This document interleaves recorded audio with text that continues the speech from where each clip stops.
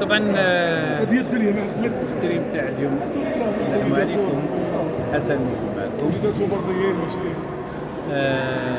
باش يمكننا نهضروا على هذا التكريم وهذا اليوم اللي هو جمع واحد الشله من القدماء تحزموا على مستوى التسيير، على مستوى اللاعبين. فكنظن التكريم تاع سمح الكرتيلي هو عنده اكثر من دلالات. رجل اللي صراحه عطى الشيء الكثير باش يمكن لك تصنع اتحاد المخمسات في واحد تقريبا 12 سنه وانت كتلعب في القمه. ما كانش مستاهل، ولكن بتضحيات بتدبير اللي معقل. يعني الرجل اللي هو كان عصامي، رجل اللي هو كان عنده بعد نظر، كان كيعرف على ان بناء تاع اتحاد المخمسات ما كيجيش بالامكانيات الماديه، ولكن غادي يجي بالرجالات تاع اتحاد المخمسات وابناء المدينه. وهذا اللي خلاه في مراحل متعدده انه اشتغل في درجه كبيره على اعطاء فرصه بعد لواحد المجموعه تاع الاطر من ابناء الخميسات باش يتكونوا، لان كيعرف باش يمكن لك توجد الخلف كيخصك يكون عندك اطر في جيده. على مستوى اللاعبين فالفتره ديالو تقريبا كانت ركز فيها بزاف مع الاطر على ابناء المدينه، ابناء الاقليم، واحد درجه 90%.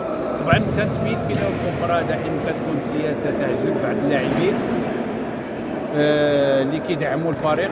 كان الفريق كان عاش كعائله اكثر من اللي عاش فريق بين اللي هو فيه واحد النوع تاع التفرقه ولا واحد النوع كنظن ما كانش ديك اللحمه اللي كان ضروري خصها تكون هي اللي عطات القوه للفريق تاع حزم الخميسات. وطبعا انا كنت من الناس اللي هما كانوا محظوظين يشتغلوا مع السي محمد الكرتيلي لسنوات، لا كمدير تقني ولا كلاعب ولا كمدير تقني ولا كمدرب. وطبعا بما ان كل شيء كان كيشتغل من اجل العائله، من اجل الاسره تاع اتحاد المخمسات، فكانت تضحيات من طرف الجميع. وهذا اللي خلى الخميسات كانت قويه بالتماسك ديالها فيما بينها. كنتمناو الصحه والعافيه للسي محمد الكرتيلي ويرجع لنا هو اقوى، والله يخليه للعائله ديالو، لان كنظن الانسان ما كنعرفوا القيمه ديالو كيبتعد علينا. وهذا ما وقع لان الناس تاع الخميسات، لان في واحد الفتره ما كانوش حاسين بالنعمه اللي وصلنا لها، كيفاش اننا كنا كنلعبوا امام جميع الفرق وحنايا مرفوعين الراس. كنظن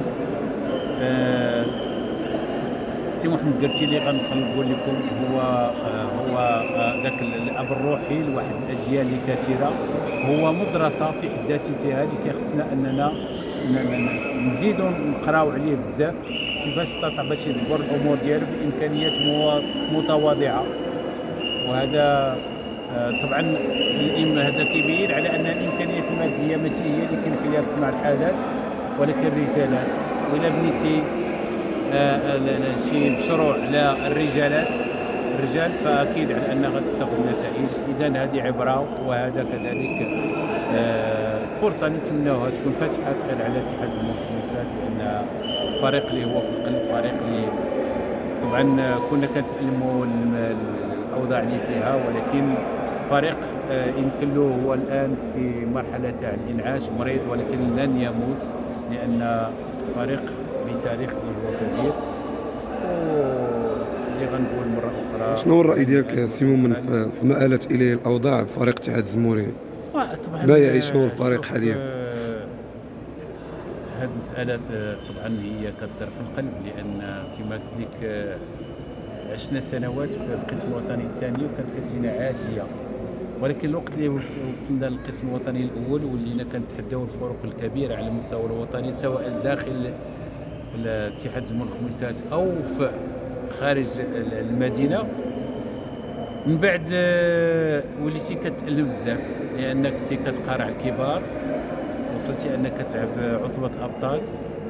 الفريق الوحيد اللي كان نهزم امام تيبي مازامبي واللي باقل عدد اللي هو 1-0 في المرحله تاع الذهاب، الوقت اللي هو كان بطل في الاوج ديالو، كان بطل يستطيع باش يربح جميع الفروق المصريه والتونسيه بحصص كبيره. هنا كيتبين اذا حنا كيضرنا بقلبنا. كنتمناو الله سبحانه وتعالى ان يجمع الشمال ونلقاو الطريق ديالنا الصحيح باش نرجعوا اولا لبناء هذا النادي بمواصفات اللي كتعطي الابناء الخميسات، خاصه كنعرفوا المدينه دائما فيها المواهب. خصنا نشتغلوا على ابناء الخميسات لان هي رساله تعطي اكبر عدد من ابناء هذه المدينه. وطبعا ملي غادي ترجع للاضواء وغادي ترجع